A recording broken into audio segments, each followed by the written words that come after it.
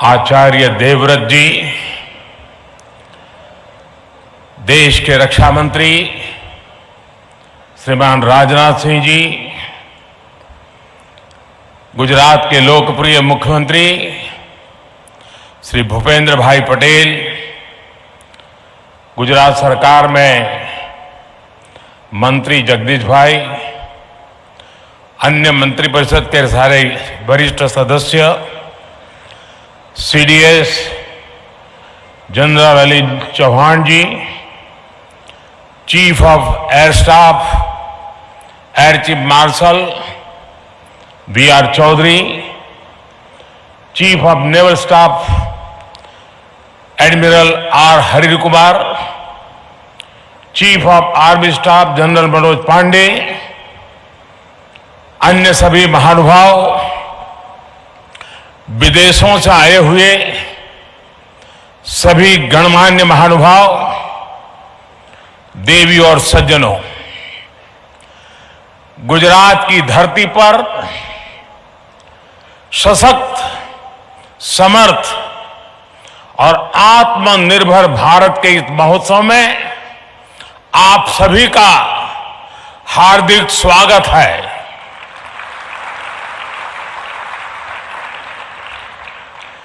देश के प्रधानमंत्री के रूप में आपका स्वागत करना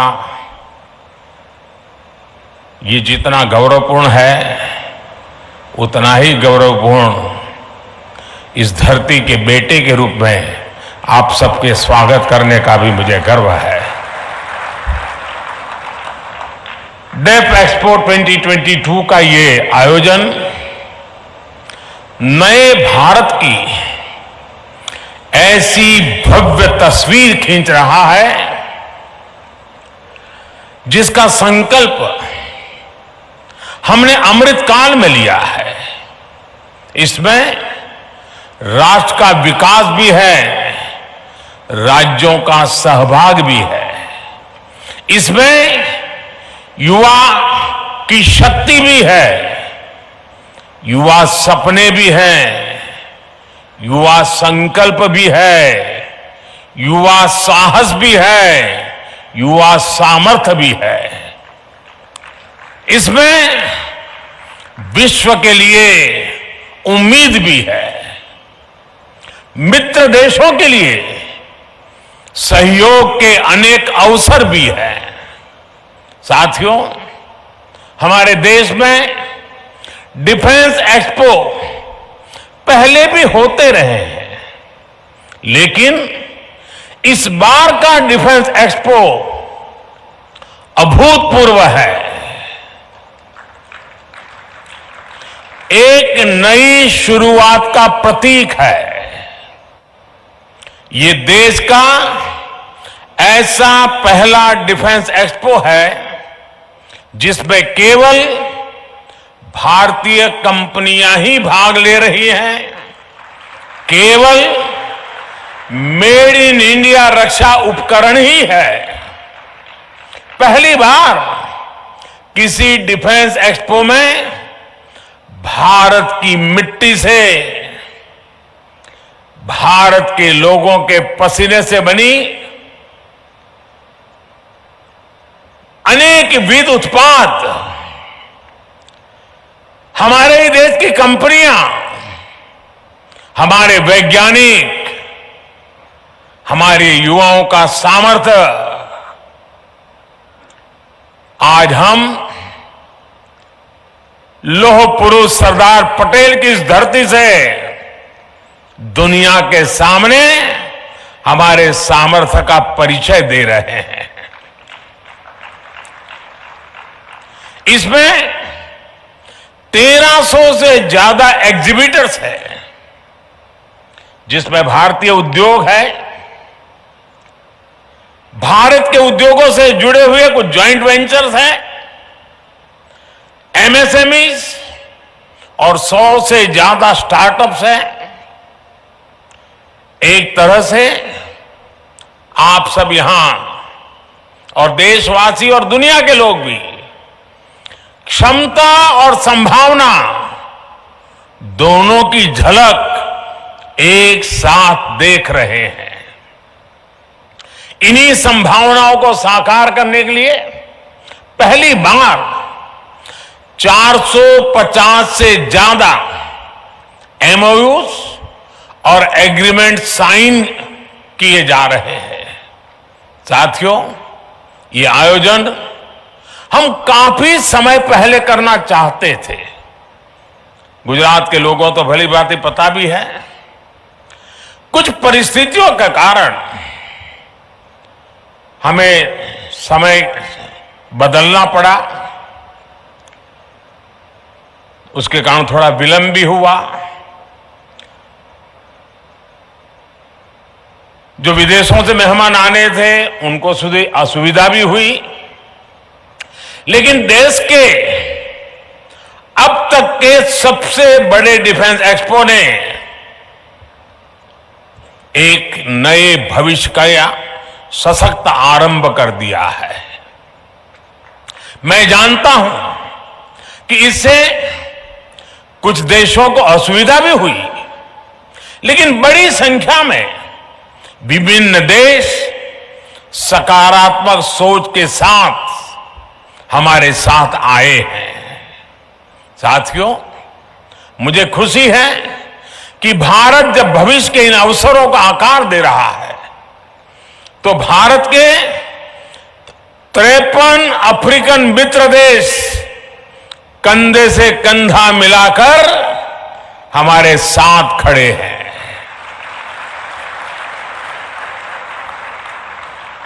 इस अवसर पर दूसरा इंडिया अफ्रीका डिफेंस डायलॉग भी आरंभ होने जा रहा है।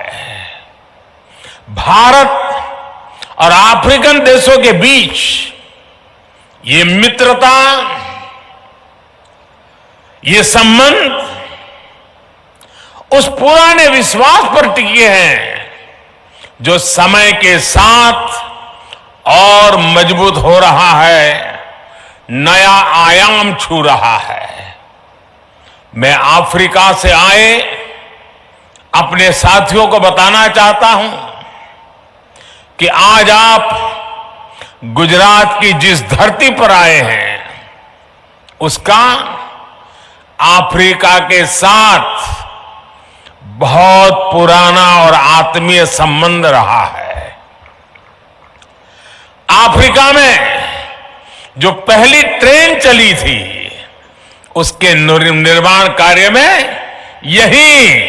इसी गुजरात की कच्छ से लोग अफ्रीका गए थे और उन्होंने मुश्किल अवस्था में हमारे कामगारों ने जी जान से काम करके अफ्रीका में आधुनिक रेल उसकी नींव रखने में बहुत बड़ी भूमिका निभाई थी।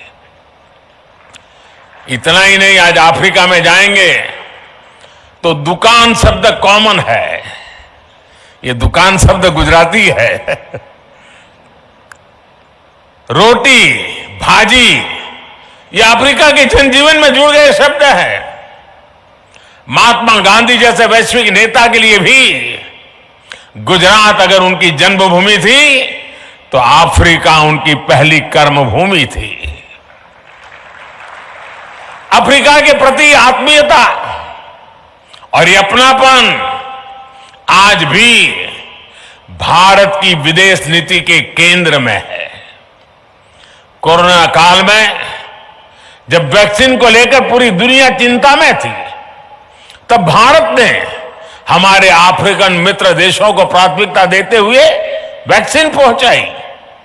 हमने हर जरूरत के समय दवाइयों से लेकर पीस मिशन तक अफ्रीका के साथ कंधे से कंधा मिलाकर चलने का प्रयास किया है।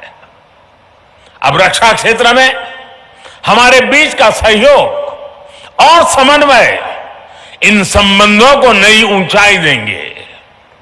साथियों, इस आयोजन का एक महत्वपूर्ण आयाम इंडियन ओशन रीजन प्लस की डिफेंस मिनिस्टर्स कॉन्क्लेव भी है। इसमें हमारे 46 मित्र देश हिस्सा ले रहे हैं। आज अंतर्राष्ट्रीय सुरक्षा से लेकर वैश्विक व्यापार तक मैरीटाइम सिक्योरिटी एक ग्लोबल प्राथमिकता बनकर उभरा है। 2015 में मैंने मॉरिशस में security and growth for all in the region यानी सागर का विजन भी सामने रखा था। जैसा कि मैंने सिंगापुर में सांग्रीला डायलॉग में कहा था, इंडो पैसिफिक रीजन में अफ्रीकी तटों से लेकर अमेरिका का तक भारत का एंगेजमेंट इंक्लूसिव है।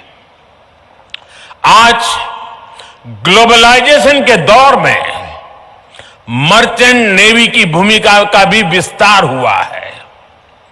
दुनिया की भारत से अपेक्षाएं बड़ी हैं और मैं विश्व को विश्वास दिलाना चाहता हूं, आपकी अपेक्षाओं को पूरा करने के लिए भारत हर कोशिश प्रयास करता रहेगा।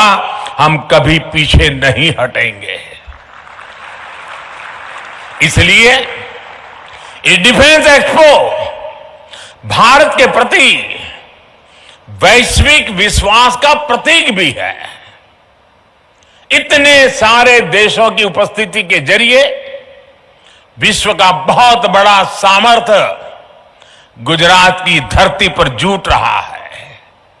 मैं इस आयोजन में भारत के सभी मित्र राष्ट्रों और उनके प्रतिनिधियों का हृदय से स्वागत करता हूं। मैं इस भव्य आयोजन के लिए गुजरात के लोगों और विशेष रूप से मुख्यमंत्री भूपेंद्र भाई पटेल, उनकी पूरी टीम का अभिनंदन करता हूं।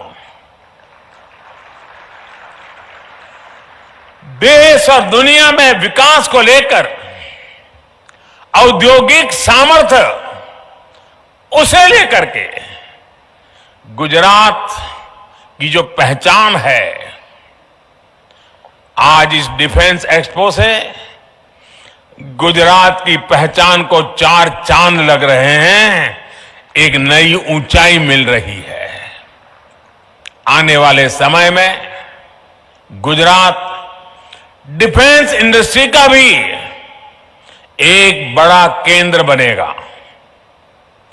भारत की सुरक्षा और सामरिक सामर्थ्य में गुजरात का भी बहुत बड़ा योगदान देगा, ये मुझे पूरा विश्वास है।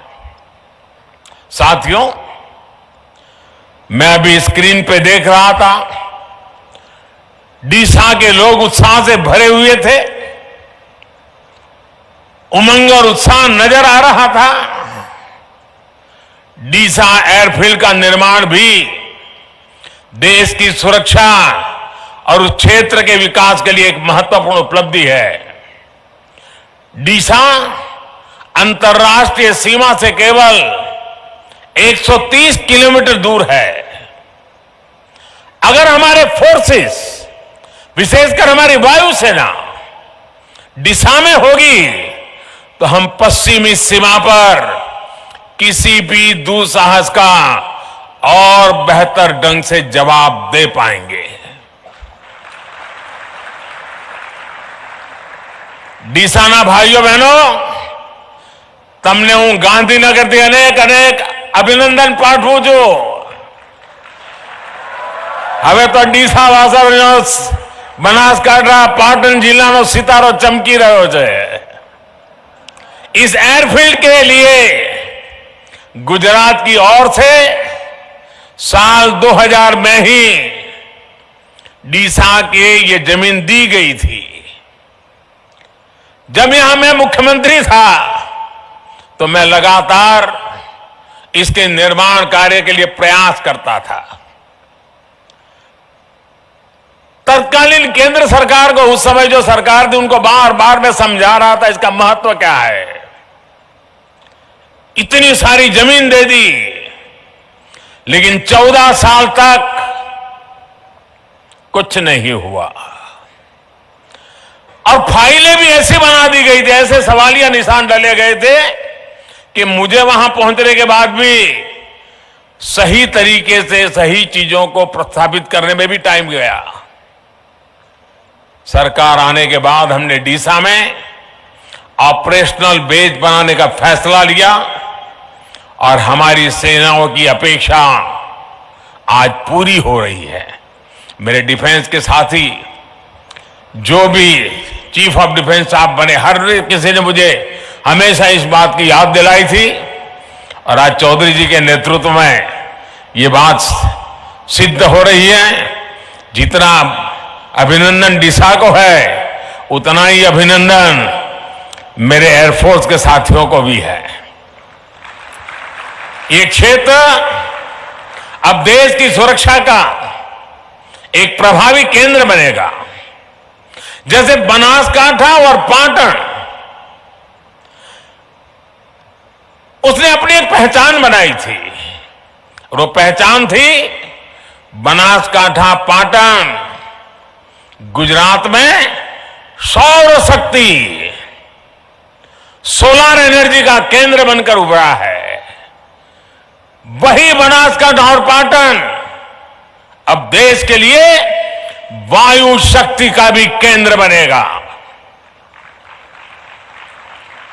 साथियों, किसी भी सशक्त राष्ट्र के लिए भविष्य में सुरक्षा के मायने क्या होंगे, स्पेस टेक्नोलॉजी इसका एक बहुत बड़ा उदाहरण है। मुझे बताया गया है कि तीनों सेनाओं द्वारा इस क्षेत्र में विभिन्न चुनौतियों की समीक्षा की गई है, पहचान की गई है। हमें इनके समाधान के लिए तेजी से काम करना होगा।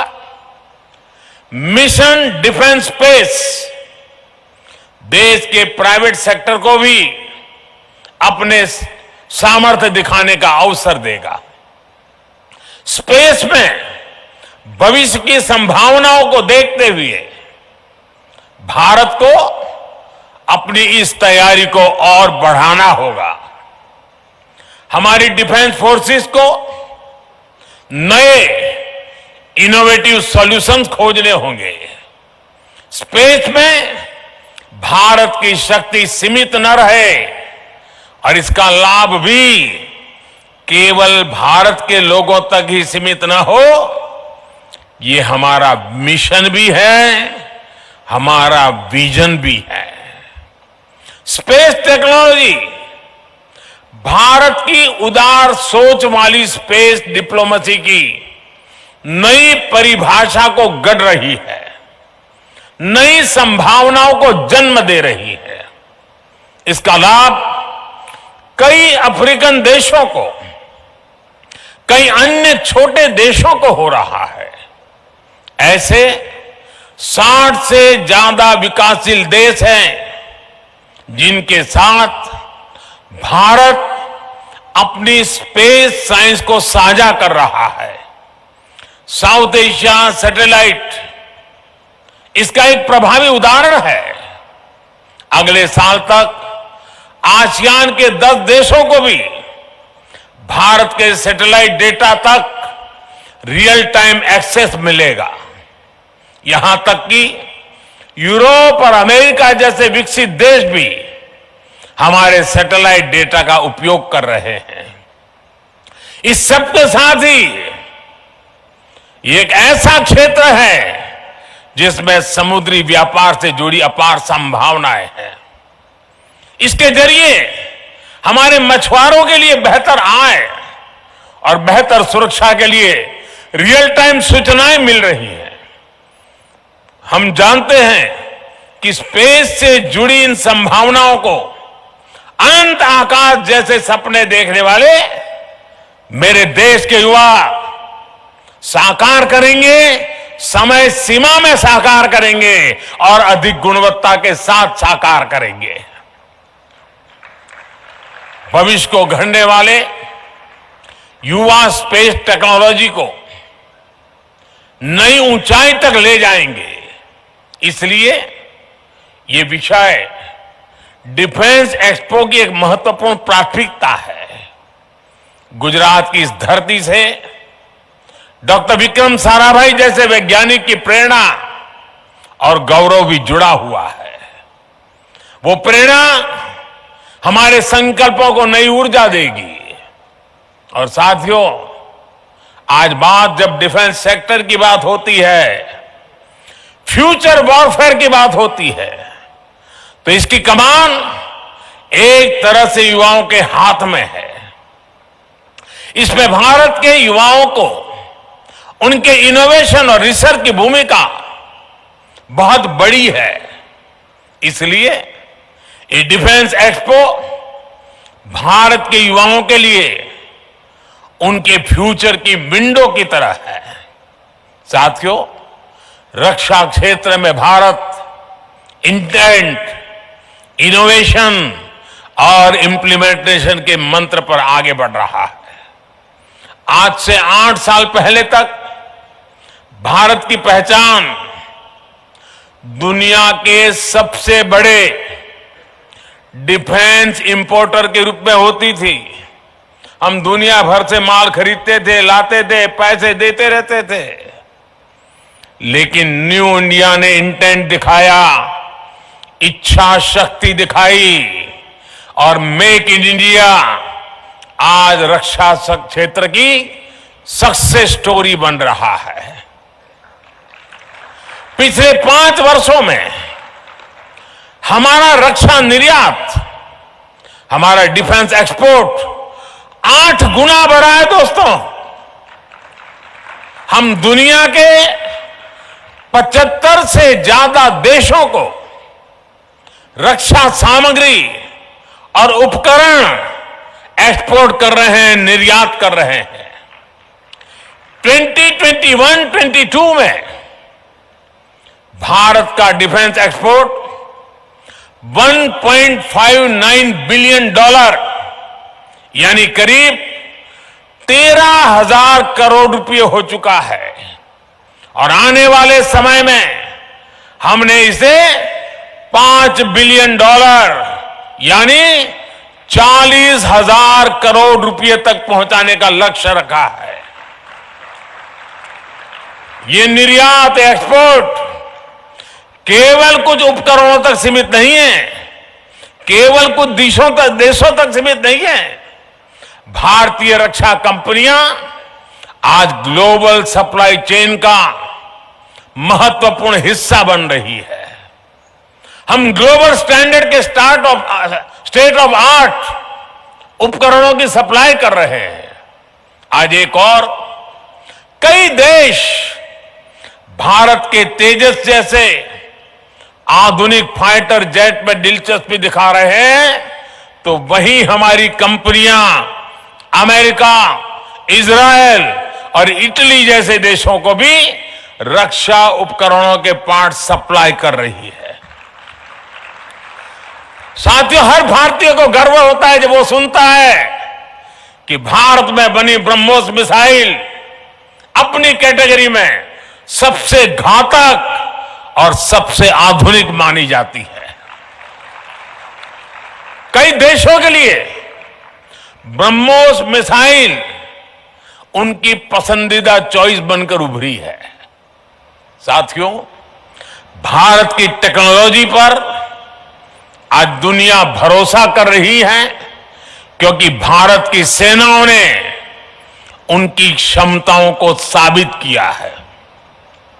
भारत की नौसेना ने INS विक्रांत जैसे अत्याधुनिक एयरक्राफ्ट कैरियर को अपने बेड़े में शामिल किया है। ये इंजीनियरिंग का विशाल और Virat masterpiece Cochin shipyard limited के स्वदेशी तकनीक से बनाया गया है। भारतीय वायुसेना ने मेक इन इंडिया के तहत बनाए गए प्रचंड लाइट कॉम्बैट हेलीकॉप्टर्स को शामिल किया है।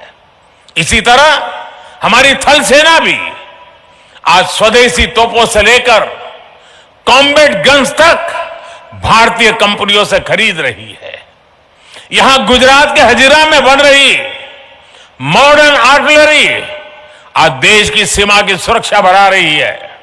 साथियों, देश को इस मुकाम तक लाने के लिए हमारी नीतियां, हमारे रिफॉर्म्स और ईज ऑफ डूइंग बिजनेस में बेहतरी की भी बड़ी भूमिका है। भारत ने अपने रक्षा खरीद बजट का 68% भारतीय कंपनियों के लिए निर्धारित किया, ईयरमार्क किया है। यानी जो टोटल बजट है उसमें से 68% भारत में बनी, भारत के लोगों के द्वारा बनी हुई चीजों को खरीदने के लिए हमने ईयरमार्क कर दिया है।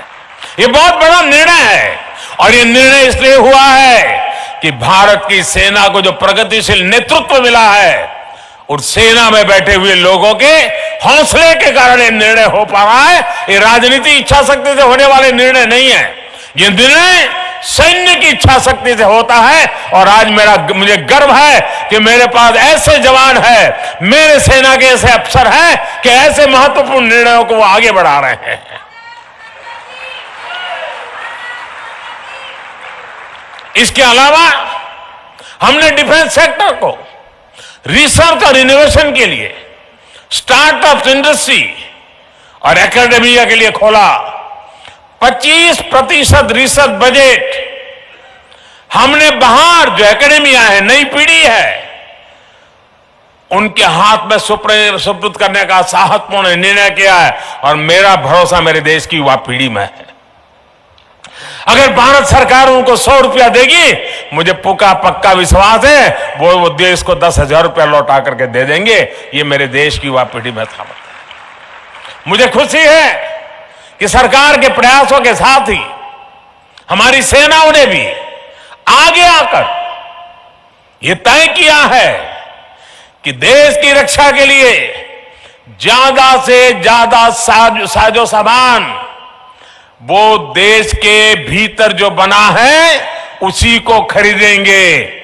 सेनाओं ने मिलकर कई उपकरणों की 2 लिस्ट भी तय की है।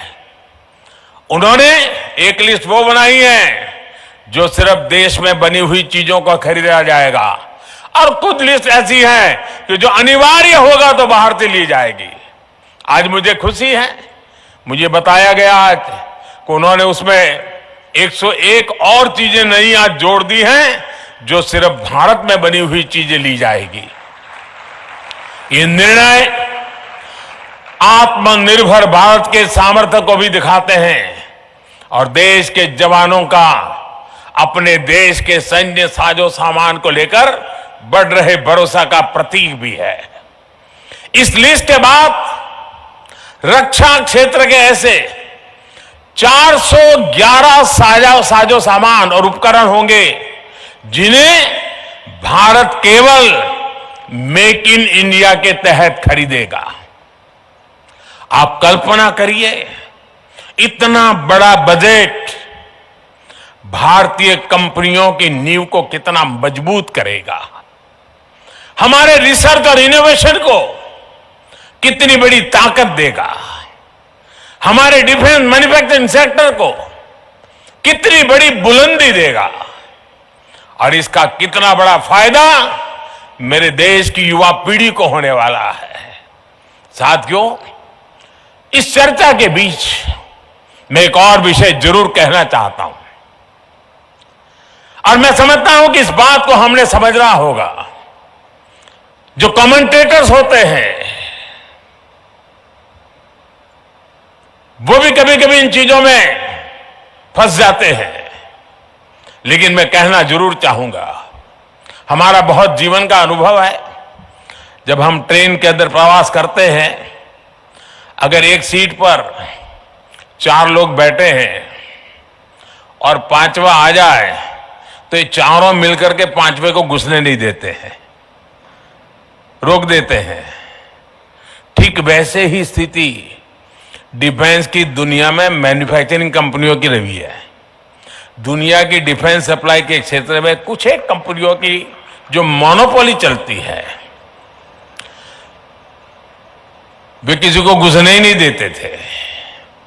लेकिन भारत ने हिम्मत करके अपनी जगह बना ली है। आज दुनिया के लिए भारत के नौजवानों का एक कौशल एक विकल्प बनकर के उभर रहा है। दोस्तों, भारत के नौजवानों का डिफेंस के सेक्टर में ये जो सामर्थ्य उभर करके आ रहा है, वो दुनिया का भला करने वाला है, दुनिया के लिए नए अवसर देने वाला है, ऑल्टरनेट के लिए नए अवसर पैदा करने वाला है।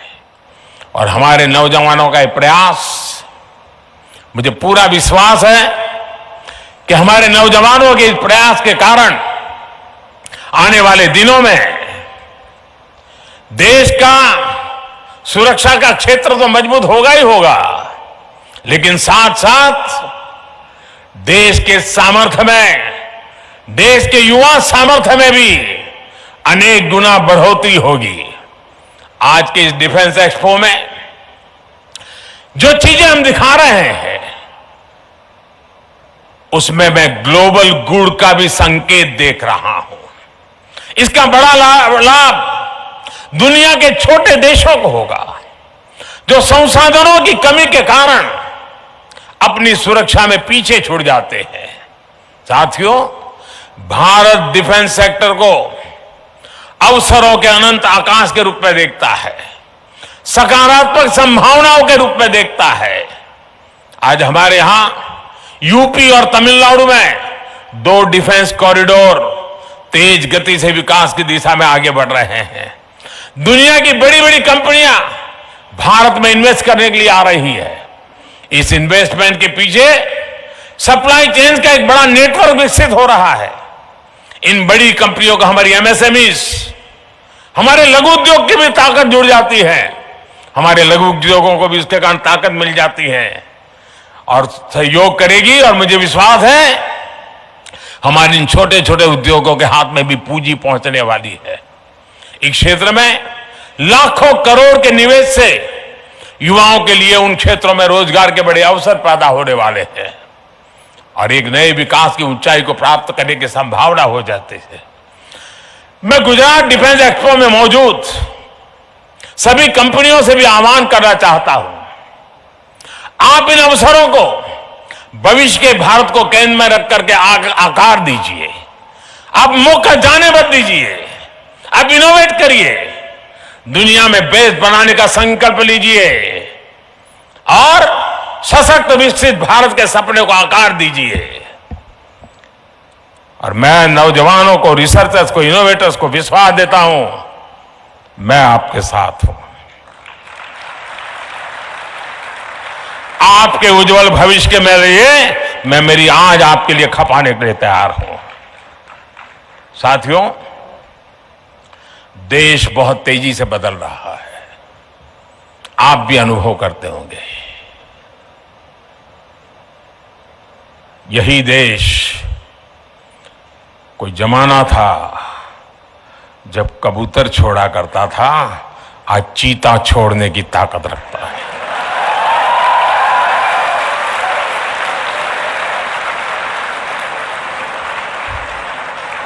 इस सामर्थ्य के साथ घटनाएं छोटी होती हैं, लेकिन संकेत बहुत बड़े होते हैं। शब्द सरल होते हैं, लेकिन सामर्थ्य अपरंपार होता है।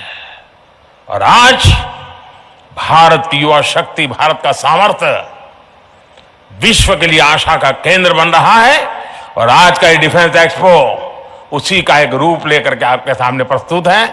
मैं हमारे रक्षा मंत्री राजनाथ जी को हृदय से बहुत बहुत बधाई देता हूं कि इस काम के लिए जो कड़ी मेहनत उन्होंने की है, जो पुरुषार्थ किया है। कम बोलते हैं लेकिन बहुत मजबूती से काम करते हैं। मैं उनका भी अभिनंदन करता हूं, उनकी पूरी टीम का अभिनंदन करता हूं। आप सबको बहुत बहुत शुभकामनाएं और आने वाले दीपावली के त्योहारों की शुभकामनाओं અને આપણા ગુજરાતના લોકોને નવા વર્ષની પણ શુભકામનાઓ। ધન્યવાદ।